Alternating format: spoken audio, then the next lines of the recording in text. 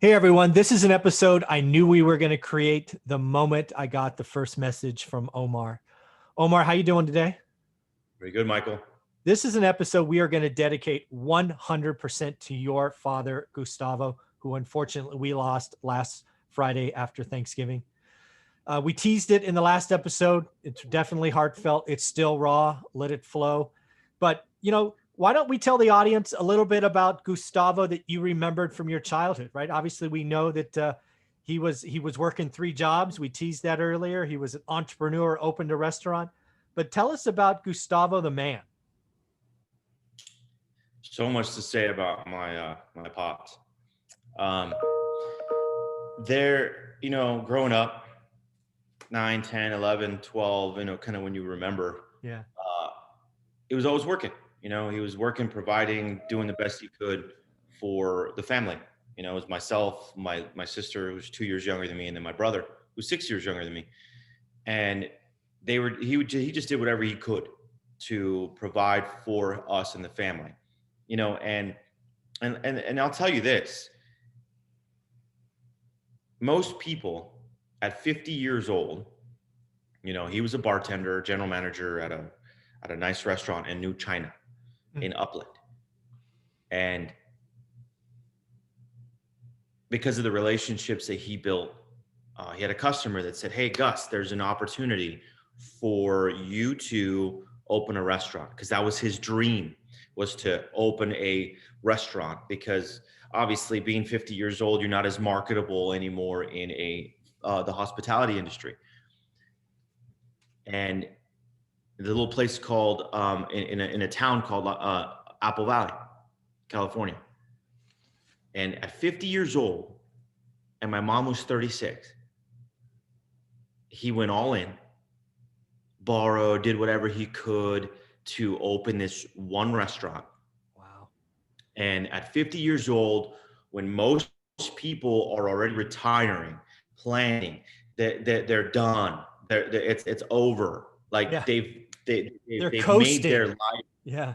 Exactly, they're Yeah. coasting.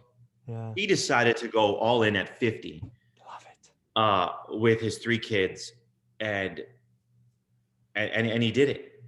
You know, a lot of challenge, a lot of ups and downs they faced, because I was with them and I knew it and I saw it. I've been in the restaurant business since I was 12 years old, Hmm. and it's a brutal business. Yeah. It's if you do not take the time to cherish and appreciate your customers, they'll walk. Yeah. Okay? It's a very, very driven type of service-based industry that you want people to come back for your personality, for your food, the food has to be spot on. Right. Your food sucks. This is one thing I'll tell you. If the food sucks and the service is okay, they won't come. If the food is okay and the service is phenomenal, they'll come. And that's something that he focused on, him and my mom and us. And I was bartending. I was the chips and salsa guy Yeah. at 12, 13 years old. And he instilled so much in me without me knowing. Yeah. And that's the key that I take away from my pops, because he was the man to me. I mean, he was the Right. greatest guy I knew, greatest man that just had the ability to not cut corners, very honest, truthful, never wanted to cut that corner for the extra quick buck. He said, "No, bullshit, mijo. It's going to be the way it needs to be when I work at it." Yeah. And that's what people don't understand. Everybody wants that quick damn buck, and it doesn't create length. It doesn't create depth, I should say. And he did it. 29 years Wow. in this restaurant, not the restaurant business, but owning this restaurant called Las Brisas in Apple Valley. And it's been a brutal week. He's ultimately he's the person that created all of us. Yeah. And my brother and sister, we live in him, Yeah. or he lives in us, I should say. Right. And I could go on and on about my dad, about how he, I mean, let me tell you, Apple Valley was a predominantly white neighborhood. Okay. There was no Hispanics, let alone an Hispanic trying to open up a Mexican restaurant. So I'll let you fill in the blanks. Yeah. And there was a lot of adversity. And this was in 1991. You know, it was, the market was okay. It crashed. It was just nasty. I mean, there was no money. I mean, this is houses at $50,000. So you can kind of see what kind of money there was behind it. So there wasn't, it was definitely the challenge. And I would see my mom and dad, go through pain and suffering, and 7 days a week for I would say a good 7 years, every single day they were working. Wow. And people get pissed off when they work an 8-hour shift. And they think that, oh my God, what can I do differently to make more money? Well, you probably need to work more. Yeah. But a little smarter. Yeah. Don't be so damn lazy, And it was the example that I needed to see. And not just me, customers that became friends saw all of it, Mm-hmm. to the point where my dad, 79 years old, and this last couple years have been brutal for him. Multiple surgeries on his back, a neck surgery, a quadruple bypass. Oof. And tell me, most people would throw in the damn towel. This is how strong of a man he was. He would still endure all that and still show up to his restaurant and greet all of his customers that came in every single table. And with his walker, initially, first it was his cane, then obviously it digressed a little bit, then he had a walker. And honestly, we had such a great tribute for him this last Sunday, his true celebration of his life, of what he accomplished and who he impacted. And he could barely walk, Michael, and he was still going and greeting his customers at his table and singing with them in Italian, and he was just the ultimate host, regardless of how he was feeling, barely moving, dragging his feet, and he still made it to all the tables. And he always wanted to sing the happy birthday to anyone that was their birthday. He would go to their tables, and this was our thing. We used to always sing to everybody. And he still did it up until the week that that he got a little worse. And he impacted a lot of people. Yeah. Well, I want to go back to a couple of things, and then we'll talk about his legacy around you, because that was awesome. I felt that. A couple of things I mentioned in episode number 2. I never met Gus. It's something I'll regret. Never ate at the restaurant. We got to fix that. Right, we'll fix that once this thing is over. And I feel like I've met him through you, right? Because you are a makeup of what you were raised in, lived through, and he impacted your life. Right. So I feel like I know him through you, and that's pretty awesome. But yeah, when I tell stories, one of the things I like to do is punch people in the nose, because people hear stories and they hear them so much they don't pay attention. Uh-huh. You had a punch me in the nose moment there that I'll never forget. And that was the fact that you think you have it hard. He still did it. He back surgery, neck surgery, quadruple bypass, walking in a cane, and he's still making the time at 78, 79 to go greet everyone, sing happy birthday. I'm never going to forget that. You think you have it hard, shut the fuck up. step up. Let's move forward. That's what I'm going to take away from that story. Is that fair? 100%. All right. My, Well, my, I'm there's no words. Um, yeah, you can hear that. Anyone can hear that. And it's like, yeah, stop being fucking lazy, exactly. honestly. Gus, you're the man.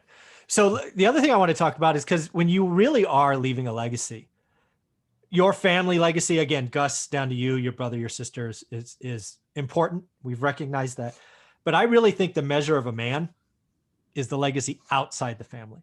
And again, going all in at 50, taking the time to work 7 days a week for 7 years, greeting everybody, having his thing, the birthday song. Um, you really get to see the legacy when the party's over. And you saw the party was over on Sunday. And in the middle of a health crisis, you had 150 people show up. And what that means to me is there would have been 300 if this environment wasn't going on. And I don't know if you had a chance, maybe a moment when you were sitting in a pew or, doing that, to look around and just go, oh my God, my dad did this. Did that hit you at all? 100%. It was astonishing Yeah. in the time that we're in.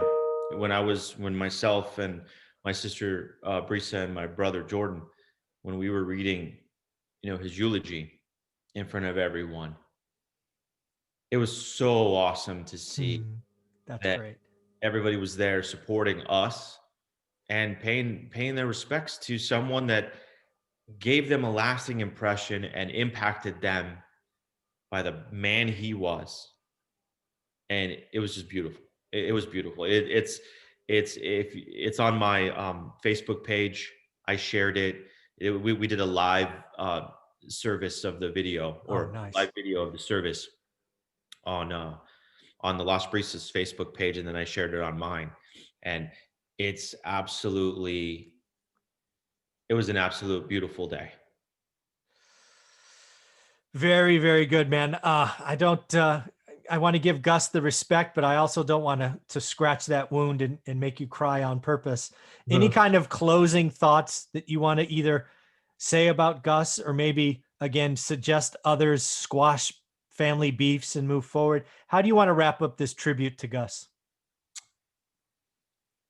You know, at the end of the day, for anybody that's going through any issues, um, we all have issues. Okay, all of us do. But are they super important? I mean, not really. And if they are, well, then you have to, you got to measure that yourself. But the ability to be present in what you're doing right now and who you're with, and the activities that you do have and that you're going through, be present, turn the phone off for a minute and have that conversation. My phone's blowing up right now. I'm not one to, you know, to pay attention because I'm paying attention to Michael right now. Mm-hmm. And honestly, what takes 20, 30, 40 minutes, an hour, because the impact that you're going to have of being present with people is going to keep lasting. They're always going to talk to you about, or everyone's going to say some good things about you because you were always like, hey, this is the only person I'm talking to right now.